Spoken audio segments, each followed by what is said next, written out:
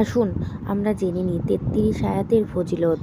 ৩৩ আয়াতের ফজিলত আমাদের জীবনে কিরূপ পরিবর্তন আনতে পারে।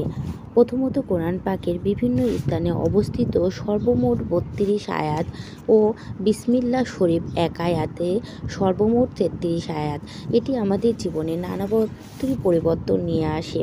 যে ব্যক্তি প্রত্যহ সন্ধ্যায় এ আয়াত পাঠ করবে, আল্লাহ তাআলা তার রুজি রোজগার বরকত দান করবে।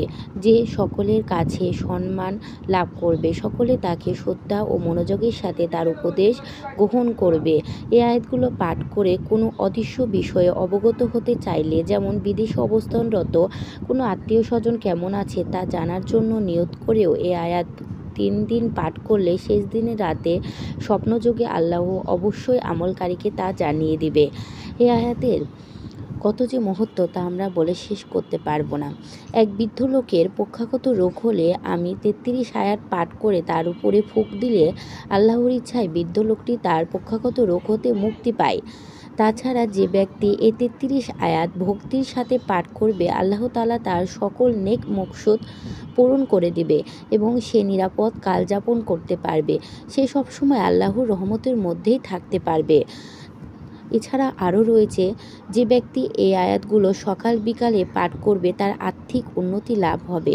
গরিব ব্যক্তি যদি বিশেষ নিয়াতে আয়াতগুলো তেলাওয়াত করে তাহলে মালদার হবে, আর অসুস্থ ব্যক্তি পাঠ করলে রোগ হতে মুক্তি পাবে। তাছাড়া বিভিন্ন জিন ভূতের আছড়ে রোগীর অথবা বান টোনায় আক্রান্ত ব্যক্তিকেও এই ৩৩ আয়াতের তাবিজ লিখে খাওয়ানোর পানিতে ভিজিয়ে রেখে ১৩ দিন পর্যন্ত পানি পান করালে এবং গোসল করার পর কোমর পর্যন্ত পানিতে নেমে ১৩ দিন পর্যন্ত ৩৩ আয়াত ভিজানো পানি হতে কিছু পানি মাথায় ও সর্বাঙ্গে ঢেলে দিলে আল্লাহর রহমতে লোকটি ভালো হয়ে যাবে। একটি তাবিজ ব্যবহার না হলেও তাছাড়াও এর যে কত মহত্ব আমরা বলে শেষ করতে পারবো না।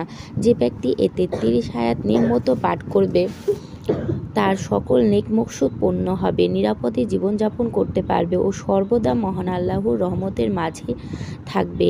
এবং তাবিজ বানিয়ে ছোট ছেলে মেয়েদের গলায় বেঁধে দিলে সব প্রকার বালা মুসিবত থেকে হেফাজতে থাকবে। তাছাড়া আল্লাহর নিরাপদ ও আশ্রয়ের মাধ্যমে কাল যাপন করতে পারবে। তো আমাদের প্রত্যেকেরই উচিত সকাল বিকাল সন্ধ্যায় আমরা যদি এই আয়াতগুলো তেলাওয়াত করি তাহলে আল্লাহর রহমতে আমরাও সুখী জীবনযাপন করব।